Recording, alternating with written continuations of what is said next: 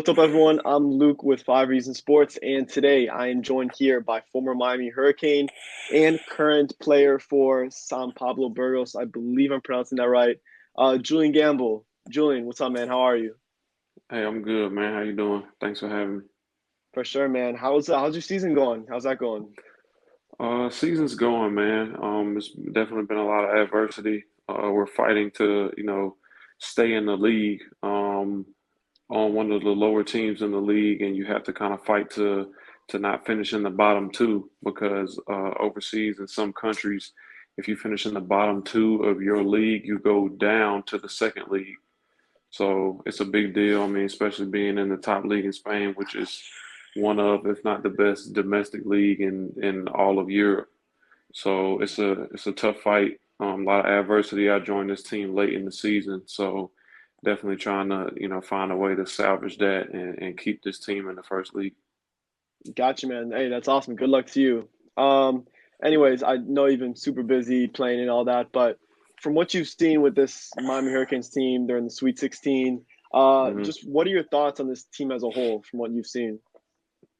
I mean, all along, and I can't really recall exactly who I had the conversation with, but the Coach L just needs a veteran team. He always does majority of his coaching in practice, instilling the right mindset into the players, the right way to do things, the things that are always going to carry over to the game. So once the game comes, he's not really the type of coach that's doing too much directing and saying, "I want you to do this, and it's my way or the highway." But he really gives players that freedom to express and be who you are and be able to step up in big moments and be a leader amongst your teammates. So I've been very impressed with the way that they've played. I would say a lot of people would think that they're overachieving, but I don't necessarily believe so. I mean, they have a great mix of veterans on that team, and just the strong play of the backcourt, I think, has really, propelled the team to give them opportunity to play in the Sweet 16 again.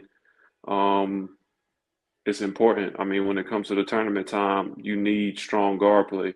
So that's, really what carries you, especially having even a guard like Charlie Moore. I mean, he's getting everybody involved. So, and then you got tough scorers. I mean, you got McGusty, first team all ACC, first team all tournament. Like, these things are not easy to accomplish. And then you have, Isaiah, first team all NCAA tournament through the first two games. I saw that earlier today. So, they're doing big things. They have an opportunity to really continue to make history for Miami basketball. Yeah, man. I mean, this is the fourth appearance that Miami's making as a program into the Sweet 16. hmm Your team, the 2012, 2013 team, that was the second appearance. Can you talk a little bit more about that team you're on and some of the veteran leadership with guys like you know, Reggie Johnson, Durant Scott, Trey McKinney-Jones, Kenny Kaji? I'm sure I'm forgetting some guys, but you can just talk a little bit about that team as a whole and what made you guys so special?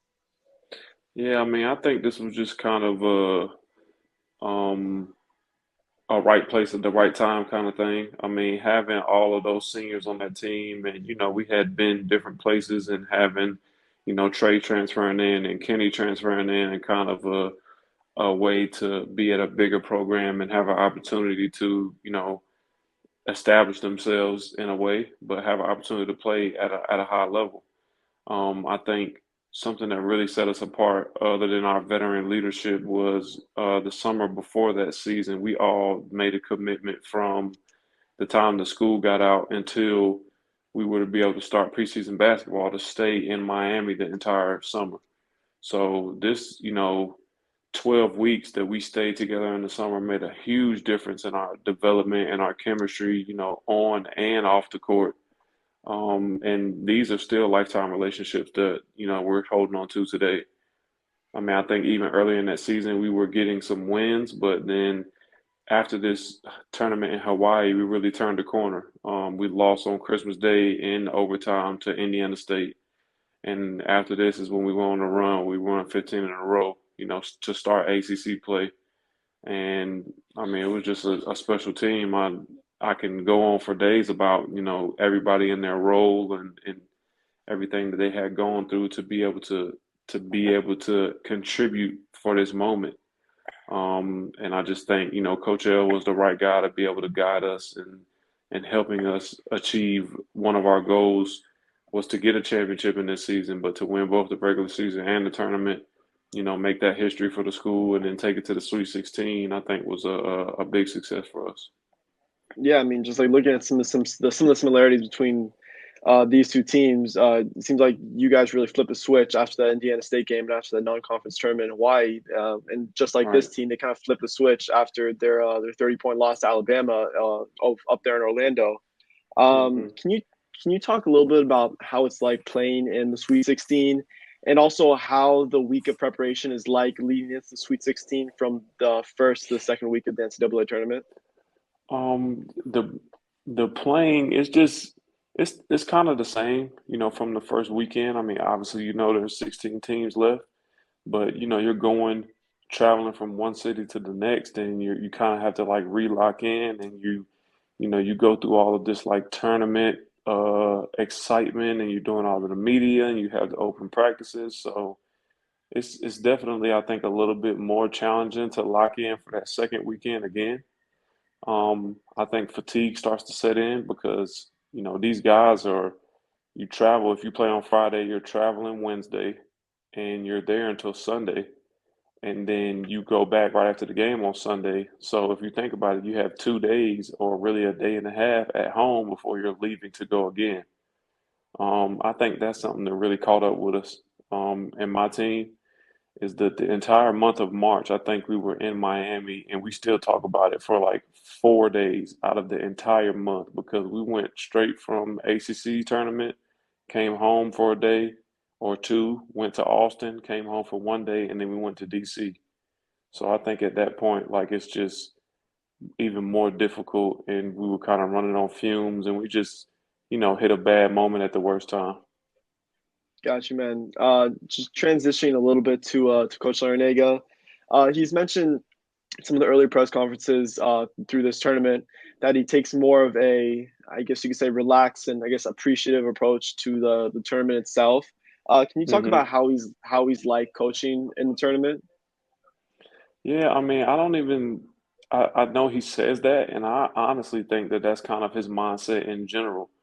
I mean, Coach L is a guy that he really puts an emphasis on the life part of the game and just to enjoy these moments, to play with your friends, to, be on the road, to laugh, to enjoy, because these opportunities like this are so far in between, and you never know. Honestly, you can't say I'm going to be back in the tournament next year, next year, next year.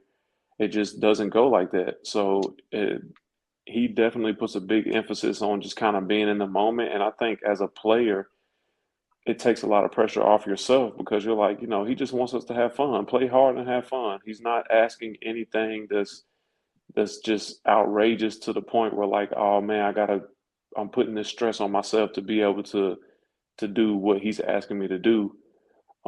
So, for me and a lot of guys on the team, I think can attest to this is just a mindset that we continue to have in our lives as professionals on and off the floor, just to enjoy these moments because you can't take these types of things for granted. Yeah, man. And then just speaking about Coach Larinaga, I guess more generally, can you talk about what about him as a coach has, I guess, separated him or makes him unique from some of the many coaches that you've had throughout your basketball career? For me, I just think it was experience. I mean, he's had so much experience and he knows so many people that he can reach out to for advice, and he still continues to learn. But I think that experience has helped him be extremely even keel over the years. And he's not going to get too high or too low, but he just has this, work ethic to continue on the path because he's been there many times before. So he knows what the path is. So with that and the amount of, intelligence from the basketball side and just life in general, it's very easy to build a rapport with him. It's very easy for you to have that trust in him. And I mean, that's everything for a player. If the player as players, we believe in what the coach is telling us, and we believe in that the coach cares about us, and we buy into what we're trying to achieve. The sky's the limit at that point. I mean, at that point, you honestly really have guys that will be playing outside of themselves and even above their potential, just because, like, I know that I'm playing on this team and I believe in what we're doing. So I'm going to give my absolute all to it. And even if I have more than that, I'm going to give that as well. Gotcha, man. And then last question, if you were to give one piece of advice to this current Hurricanes team as they lead into their Sweet 16 matchup against Iowa State, what would it be? What would you tell this team? Just get some rest because I know how that traveling is. And then after that, just like coach, I'm sure will tell them just to enjoy the moment. Enjoy the moment playing together. Don't put too much pressure on yourself, but leave it all out on the floor because for some guys, this could be their, last college experience. For other guys, they want to win because they want to build that culture of a winning Miami program. So just to go out and enjoy, man, play hard and let the chips fall where they may. But at the end of the day, you just have to trust yourself and you can live with the results. Sounds good, man. Well, anyways, that's all I have for you today. Thank you so much for doing this with us. Means a Yeah, lot, and absolutely. and best of luck on the rest of your season. Thank you, man. Appreciate it. Hey, man, have a good day. Yeah, you too.